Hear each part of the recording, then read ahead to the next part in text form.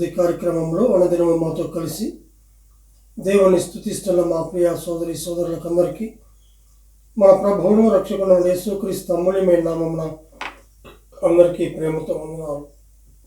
ఈ ఉదయకాల మన ధ్యానాంశము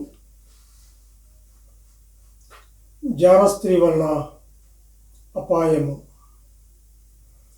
పరిశుద్ధ గ్రంథమైన బైబిల్లో నుంచి సామెతల గ్రంథము 7వ అధ్యాయము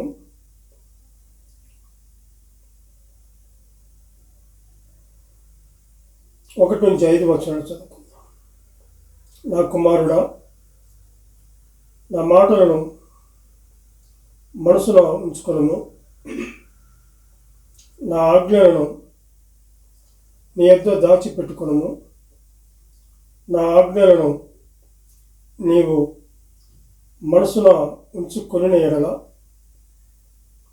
నీ కనుపాప వలె నా ఉపదేశమును కాపాడిన ఎడల నీవు బ్రతుకుదు.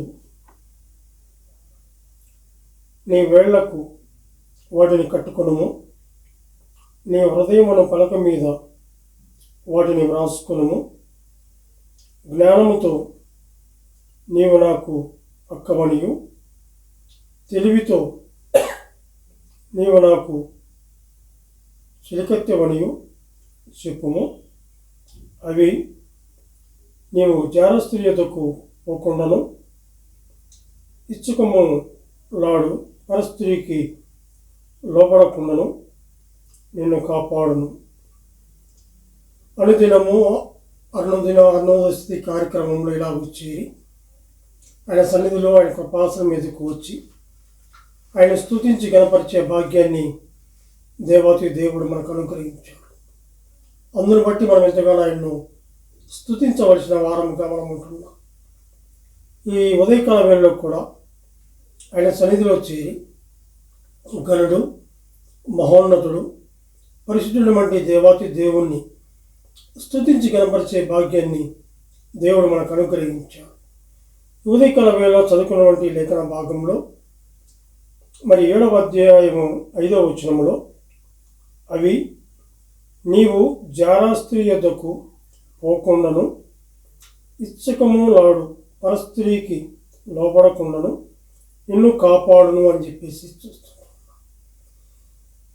ఈ 5వ అధ్యాయము, 6వ అధ్యాయము, 7వ అధ్యాయము మొత్తము గమనిస్తే ఈ 3 అధ్యాయాల్లో కూడా జారస్త్రీ విషయమై వివరించబడినట్లుగా మనం చూస్తుంటున్నాం.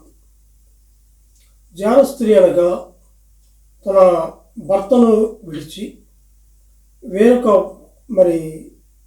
పురుషునితో ఆనందించినది అని చెప్పవచ్చు. ఈ అధ్యాయంలో అట్టి స్త్రీ ఏ విధంగా ఒక యవనస్తుని శోధించిందో చెప్పబడినట్లుగా మనం చూస్తున్నాం. పురుషుడు వింటలేడు కాబట్టి మనం ఆనందించుదాం అని ఒక యవన్ని తన లాలన మాటల చేత లోపరుచుకున్నదిగా మనం చూస్తున్నాం.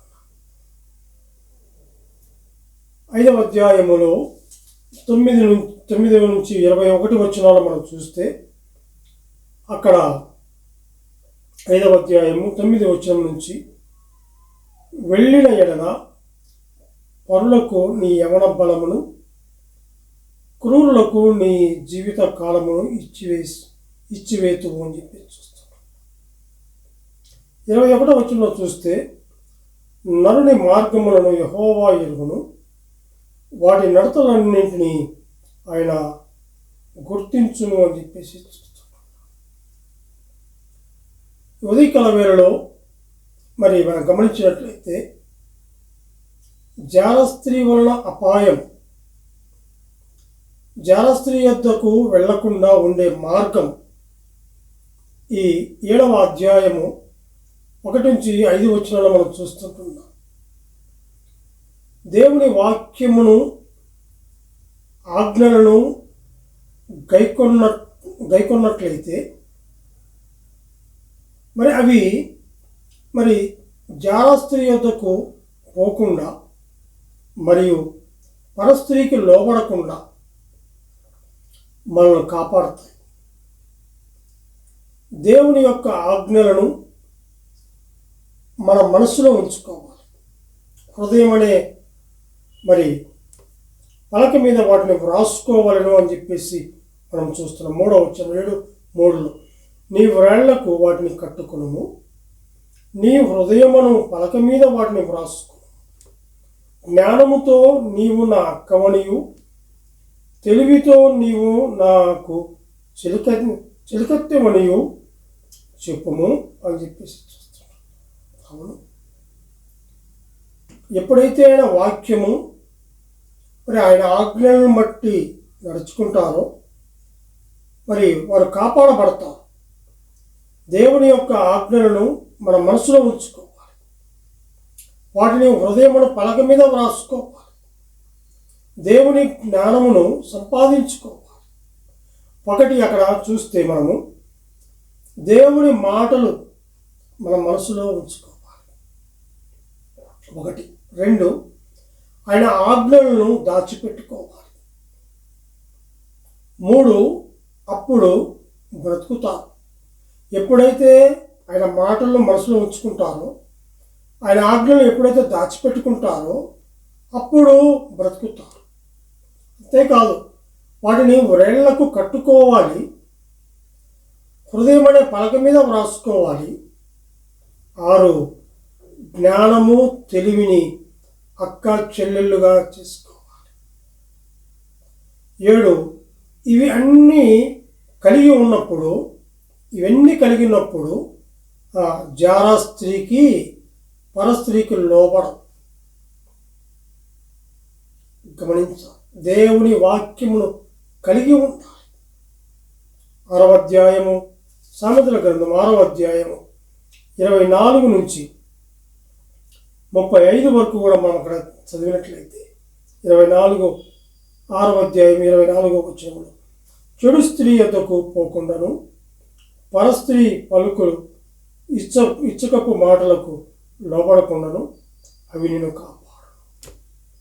ఎప్పుడైతే వాక్యాన్ని మనసులో ఉంచుకుంటావో, ఎప్పుడైతే ఆ ఆజ్ఞలను గైకుంటావో, అవి వాటిని విరేళ్లకు కట్టుకుంటావో, హృదయం అనే పలక మీద వ్రాసుకుంటావో, వాక్యం అనే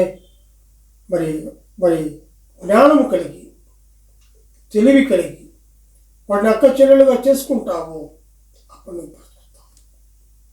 జార స్త్రీ పరస్త్రీకి లోబడవు. అవి ఎప్పుడైతే లేవో దానికి లోబడిన వాడుగా ఉంటావు. 2వ అధ్యాయం సామెతల గ్రంథము 16వ వచనంలో చూసినట్లయితే మరియు అది జారా స్త్రీ నుండి మృదువుగా మాట్లాడు పరస్త్రీ నుండి నిన్ను రక్షించు, నిన్ను కాపాడుతాయి, నిన్ను రక్షిస్తాయి, నిన్ను భద్రపరుస్తాయి. దేవుని వాక్యం అలా చెప్తూ ఉంది. 6వ అధ్యాయం 24వ వచనంలో చూస్తే నిన్ను కాపాడుతున్నాయి, లోబడకుండాను పరస్త్రీ పలుకు ఇచ్చకపు మాటలకు లోబడకుండాను అవి నేను కాపాడుతాయి అని చెప్పేసి చూస్తున్నాను. కాపాడే దేవుడు. అంతేకాదు, కానీ అక్కడ గమనిస్తే వాటిని ఏం చేయాలా? హృదయం అనే పలక మీద వ్రాసుకోవాలి. దేవుని మాటలను హృదయం అనే పలక మీద వ్రాసుకోవాలి, మనసులో ఉంచుకోవాలి, వాక్యము చదవాలి, ఆయన ఆజ్ఞను గైకొనాలి, హృదయ వేళకు కట్టుకోవాలి. అప్పుడు నువ్వు బ్రతుకుతావు.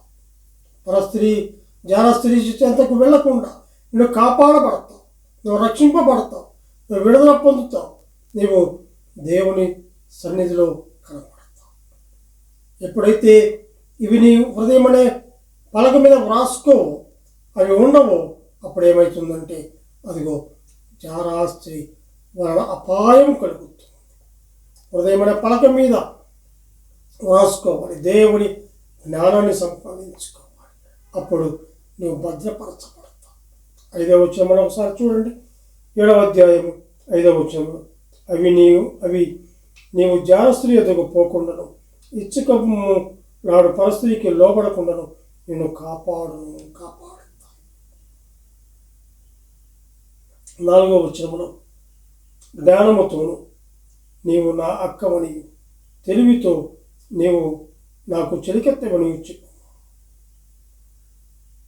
27వ వచనంలో చూసినట్టు 7వ అధ్యాయం 27వ వచనం, దాని ఇల్లు పాతాళమునకు పోవు మార్గము, ఆ మార్గము మరణశాలలకు దిగిపోవడం.